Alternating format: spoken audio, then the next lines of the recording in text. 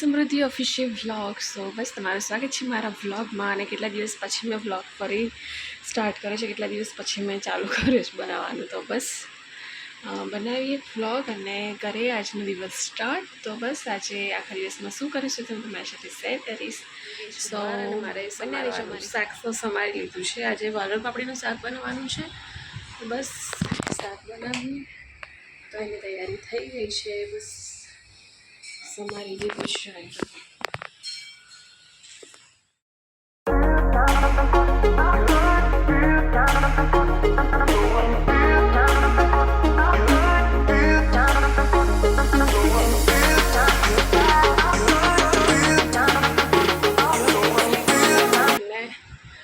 બસ કવાટમાંથી કપડાં કાઢું છું અને એને ફોલ્ડ કરવાથી કપડાં કાઢું છું અને ફોલ્ડ કરીને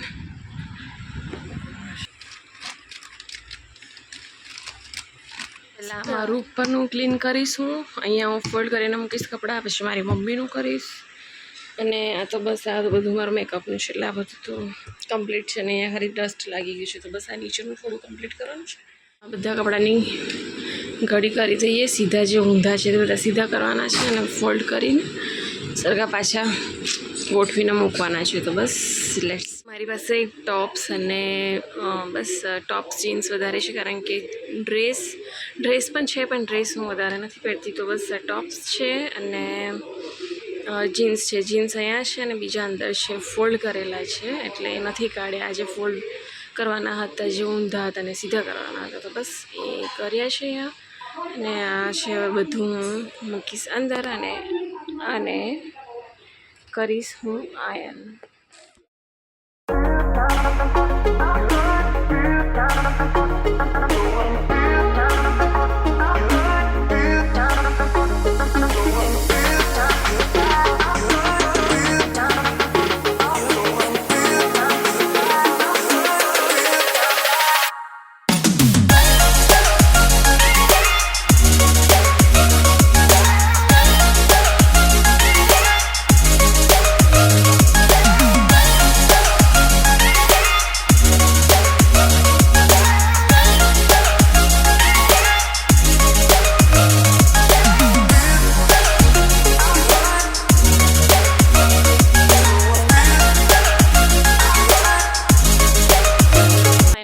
ફોલ્ડ થઈ ગયું છે કપડાનું. મારું પણ કરી દીધું છે, મમ્મીનું પણ કરી દીધું છે. ના ડ્રોવર ખુલ્લું છે કારણ કે મારે આ પર્સ મૂકવાનું છે.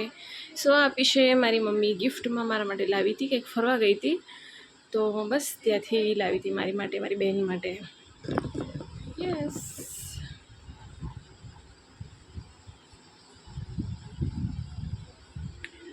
સો આને મૂકીશું હું અહીંયા. અને આ રીતના છે. આમાં મારું પાઉચ છે અને આ ગઈ મારું મેબલિનનું પાઉચ છે, મેકઅપ પાઉચ.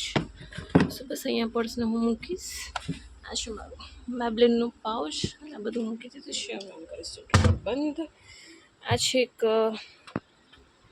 મમ્મીનું બોક્સ છે ને એક મારું છે જ્વેલરી બોક્સ છે કે થોડું કંઈક નાની જ્વેલરીઝ જે ઇયરિંગ્સ ને એવું છે તે બધું મૂક્યું છે કે ક્વિકલી કંઈક જવું હોય ને વેર કરવી હોય તો તેના માટે છે.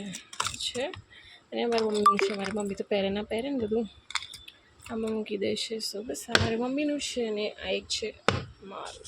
સો અને હું મૂકીશ મારા ડ્રોરમાં. ઓકે. સો ફાઇનલી થઈ ગયું છે કામ કમ્પ્લીટ.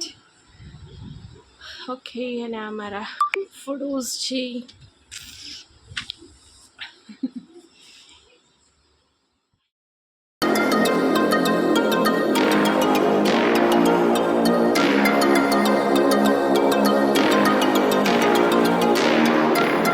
છીએ ટેરેસ પર કારણ કે હું, મમ્મી અને વિવાન 3 એકલા શું તો છે. વિવાન જમવાની રાહ જોઈ રહ્યો છે. જમવા બેસીશું. વાગી ગયા છે 9 અને બનાવ્યું છે ડિનરમાં કઢી ખીચડી, ડુંગળી બટાકાનું શાક અને રોટલી.